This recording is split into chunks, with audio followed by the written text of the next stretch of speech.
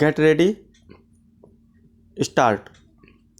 At any rate, the speaker continued, the reporter was no longer the terror of public speakers and now only reported the speeches of the great lions of the front bench. He believed that the press did work for the cause of progress, but at the same time he warned his hearers of their influence in the cause of peace and implored them to hesitate before they did anything to bring about the horrors of war. It is on this question of war, he went on to say, that you are not at one with me. You must not be vexed if I venture to repeat that I cannot see why you should condemn at all times and under all circumstances the influence of the press in this matter, as if it were the duty of the journalist, in so many words, to denounce all wars and cry for peace on every occasion. A notable writer says, war is sacred, and there can surely be no doubt that it is absolutely necessary to use force for the suppression of tyranny and wrongdoing. I may not be able to see you for a long time to come, so I hope you will not fail to write me on this subject.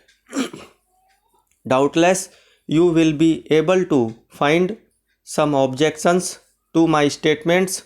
Still, I am able to think that you will modify your views in the early future.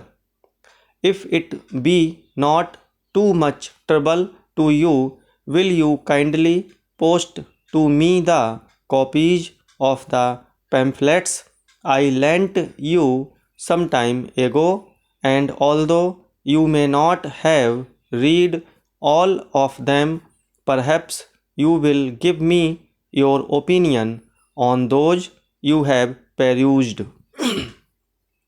We should exhibit charity in our words at all times, and in this spirit I trust we shall always express our thoughts when writing to each other on controversial topics.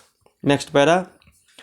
Since I wrote you last, I have heard that you were injured slightly in a railway accident. Is this true? I trust not. If it is, you are not likely to be improved by my letter. If it is not, you will pardon my mentioning the report. In any case, you might send me word, and if you can spare the time, perhaps you will come over on Monday. If you cannot arrange this, please inform me from time to time how you are getting on with the new business to which it appears you are devoting yourself.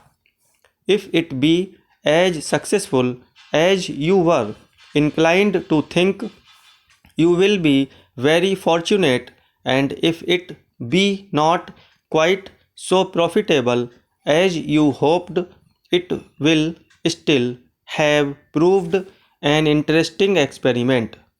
At all events, it was well worth a trial. At the same time, you should not work too hard. If you do, you must not be surprised to find your health giving way. I have no doubt of the ultimate success of your patent, and if it were necessary, I could arrange to invest a considerable amount in the business. I cannot do anything in the matter of the shares you spoke about until I have seen you again. I cannot see that there is any hurry about the affair. If it does happen that the shares are all taken up before I make application, I shall not mind very much. I am trusting, however, that you will be able to pay me a visit on Monday and explain matters.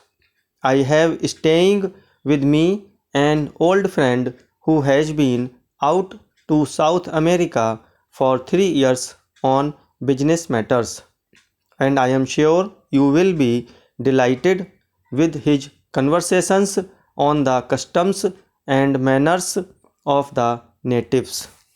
Stop.